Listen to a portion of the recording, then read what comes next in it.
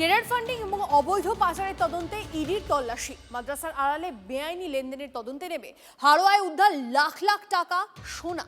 খবর করতে গিয়ে খারিজি মাদ্রাসার হুমকির মুখে পড়ল টিভি9 বাংলা।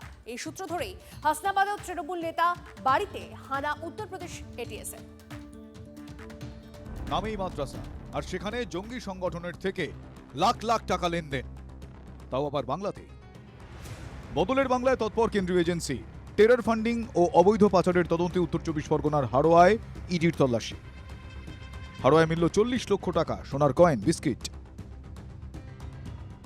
টিভি9 বাংলার খবর ব্রেক করার কারণে মাদ্রাসার যে সমস্ত মাতব্বর তাদের রোষের মুখে পড়ি আমি।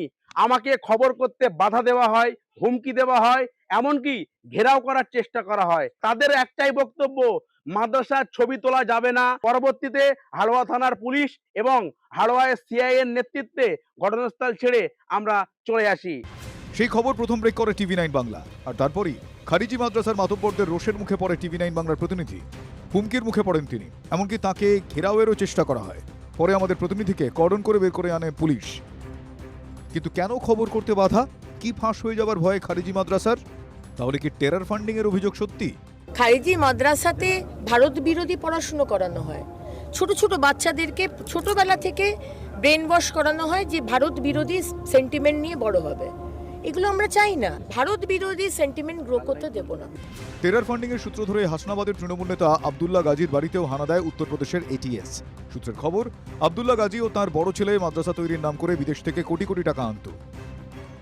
এই ঘটনায় এর আগে ওই তৃণমূল নেতা 2 বছর আগে গ্রেফতার হয়েছিল, যদিও তল্লাশির সময় থেকেই বেপাত্তা আব্দুল্লাহ ও তার ছেলে। হাড়োয়া বসিরহাট সীমান্তবর্তী এলাকা, বৈদেশিক মুদ্রা বিভিন্ন রকম ভাবে এখানে নিয়ে আসা হয় এবং একের পর এক অবৈধ মাদ্রাসা এখানে গজিয়ে উঠেছে।